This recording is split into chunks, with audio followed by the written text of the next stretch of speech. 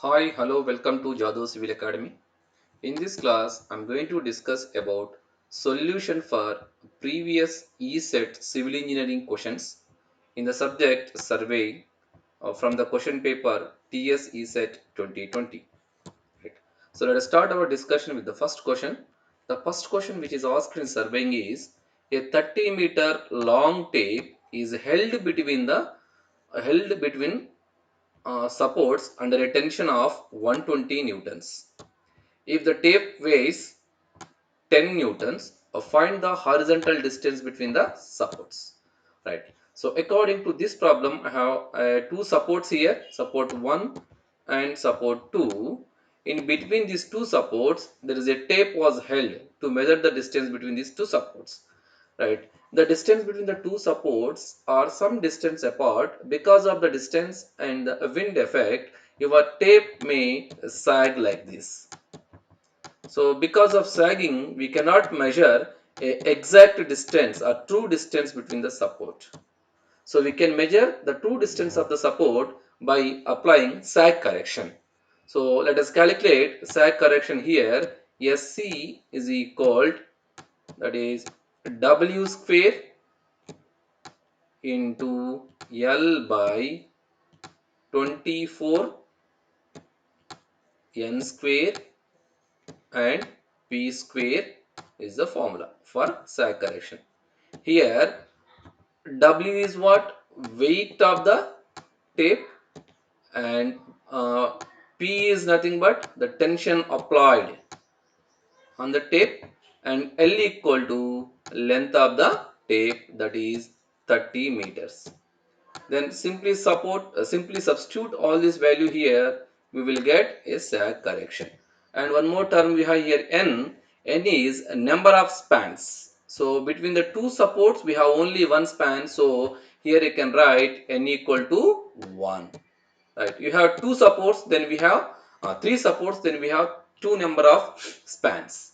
So simply substitute here, we'll get that W equal to 10, as it has a whole square, 10 square into L is 30 by 24 into 1 square into P is 120 square. P is 120 and the whole square is square. So if you simplify this, you will get a value of a sharp correction is 0.0086 meters. 0.0086 meters. This is a correction. This sag correction is always a negative. So that means we need to deduct it from our actual length of the tape. So the distance between the support, say I am assuming the distance between the support D is actual length of the tape minus sag correction. So the actual length of the tape is 30 meters and sag correction is 0.0086. 0.0086. Now if you simplify this, we will get the value or the actual value between the support is 29.991 meters, right? So the option D is correct for this question, right? So let us discuss one more question here. So it is somewhat a lengthy question, so let us start this question. The whole circle bearing of a line of a traverse ABCDA are given below. They are given line and the bearing. Bearing means it is a four bearing of a survey lines. Four bearing of a survey lines. For line AB, it is 70 degrees 30 minutes. For BCD is 120 degrees 45 minutes. For CD, the four bearing is 220 degrees 30 minutes, and DA 320 degrees 47 minutes. So determine the interior angles at A, B, C and D. Right? So this is the question. We need to calculate interior angles for a closed traverse A, B, C, D, A. So I have written that line and given four bearing like this. So to calculate the interior angles when the forebearing are given, we need to calculate what is the back bearing is. So to answer this question, you should know these fundamental principles, the 5 important fundamental principles for calculating interior angles. One is to calculate back bearing of any line, that equal to forebearing plus 180 degrees. Forebearing plus 180 degrees. When it is, when your given forebearing of that line is less than 180 degrees. And similarly, to calculate back bearing of a survey line, that equal to forebearing minus 180 degrees. When this formula used, it is used when your given forebearing is greater than 180 degrees. Okay, so with these 2 points, let us calculate what are the back bearing for a given forebearing of a survey line. Right. So let us take a survey line AB. The forebearing of the survey line is 70 degrees 30 minutes. As it is less than 180 degrees, then what we'll do? We need to deduct the 180 degrees.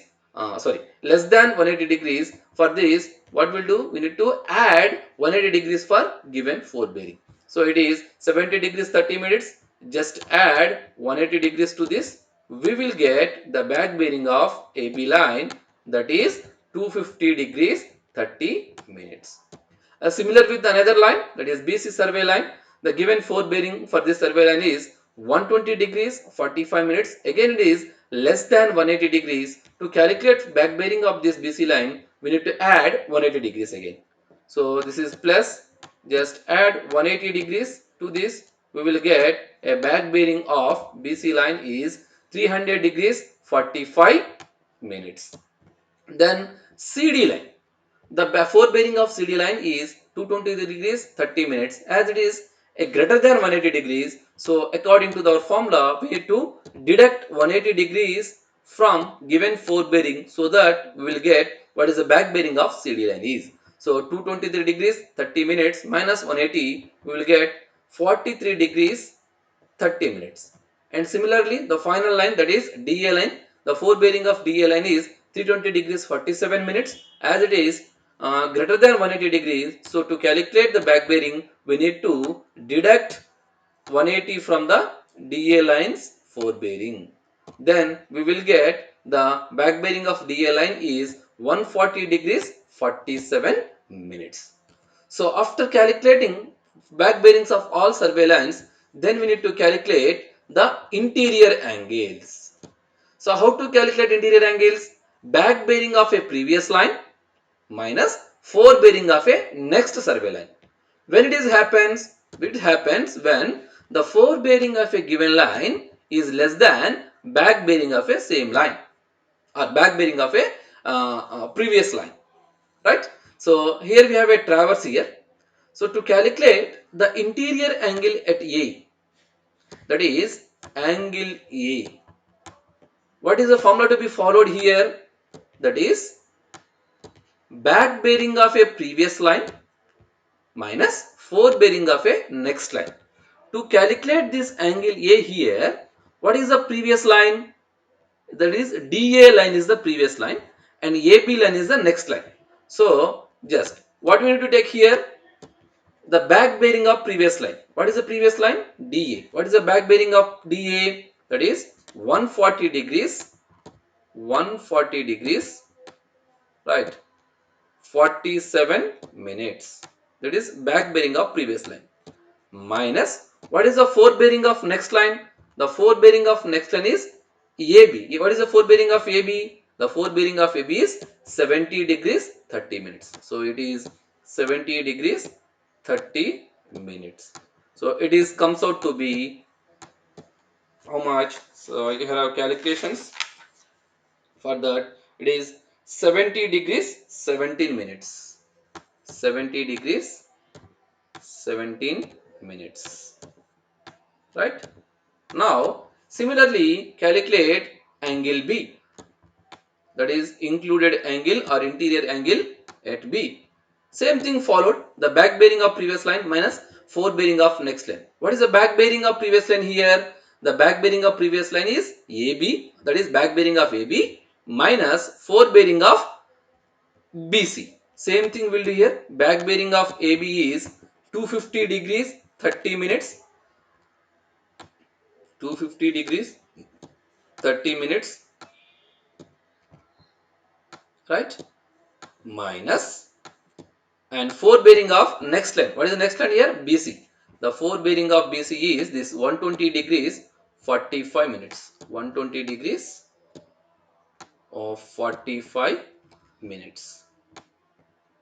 45 minutes. So if we deduct that, we will get the value of the included angle or interior angle at B is 129 degrees.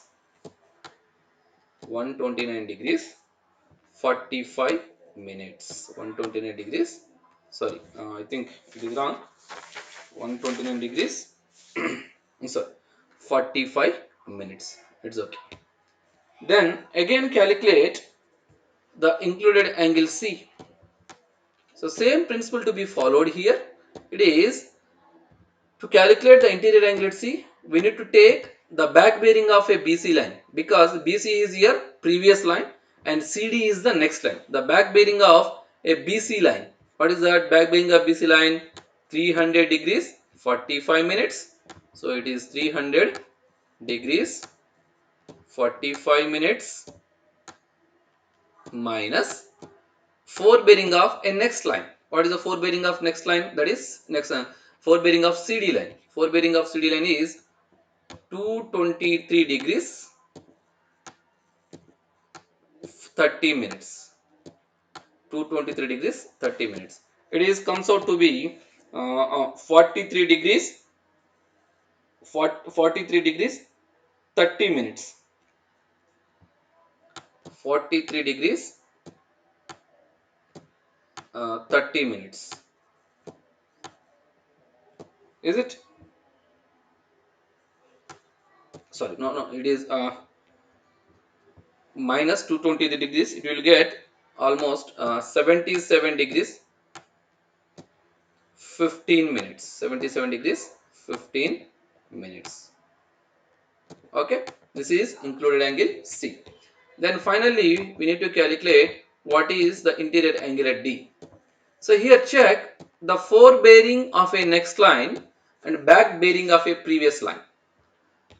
To calculate the included angle here, the 4 bearing of a next line and back bearing of a previous line. The back bearing of a previous line, what is the previous line here? This is CD. The back bearing of previous line CD is 43 degrees 30 minutes, and a 4 bearing of DA line is 320 degrees 47 minutes. Means here 4 bearing is greater than back bearing. So here we will get a exterior angle. The exterior angle can be computed by using this formula, that is 4 bearing of next line minus back bearing of previous line. So what is the 4 bearing of next line? That is 320 degrees 47 minutes. 320 degrees 47 minutes minus back bearing of a previous line. What is the back bearing of previous line? What is the previous line here? Back bearing of a previous line, that is 43 degrees 30 minutes. 43 degrees 30 minutes. Right. We will get the exterior angle is equal to 277 degrees 17 minutes. 277 degrees 17 minutes. It is a exterior angle, means this angle. But we want what is the interior angle. To calculate interior angle, just deduct that exterior angle from 360. So 360 minus 277 degrees 17 minutes. Right, we will get 82 degrees 47 seconds. So it is 82 degrees 47 seconds. Right. So these are the interior angles. So we got the interior angles which is matches the option B. Right. So then we'll solve next one more question. The optical plummet is used. It is an instrument which is set up in the theodolite, which is used to accurate centering of theodolite over a given station. So option B is correct. It is equal to accurate centering of a theodolite over a station. So then we have another question from contour. The series of contour line spaced widely, closely, equally indicates respectively. So if you take a lines which are widely spaced, the contour lines which are widely spaced like this, it will represent a flat slope. It will represent a flat slope according to our characteristics of contour. If the survey lines are spaced closely like this, so they represent a steep slope. They represent steep slope. If the contour lines are equally spaced like this, and like this, then they will represent a uniform slope. What will they represent? Uniform slope. So the option C is correct for this question. So it is a flat, steep, and uniform slope. Right. Then we have one more question to solve on based on your Simpson rule. For determining area using Simpson rule, the ordinate should be. So to answer this question, let me write how to calculate area of a tract by using Simpson rule. That is, A is equal to h by 3 into first ordinate plus last ordinate, right?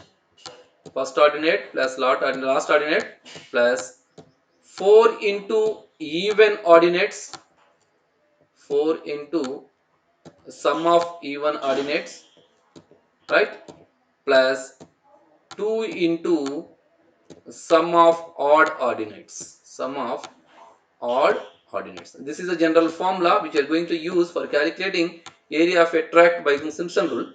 So to calculate this, we are using even ordinates, odd ordinates, and for all lengths. So the options are like this: only even numbers, no; only odd, no; for same length, no. We can use the Simpson rule for any number and any length. So option D is correct solution answer for this question. So here you have a problematic question from the tachometry. A tachometer was set up at a station P, and the observation was taken on a staff held at Q. The vertical circle reading is 0. The readings were 1.980 meters, 1.660 meters, 1.340 meters. Find the distance between PQ when the instrument constants like the multiplying constant and additive constant. The multiplying constant is 100, additive constant is 0.5.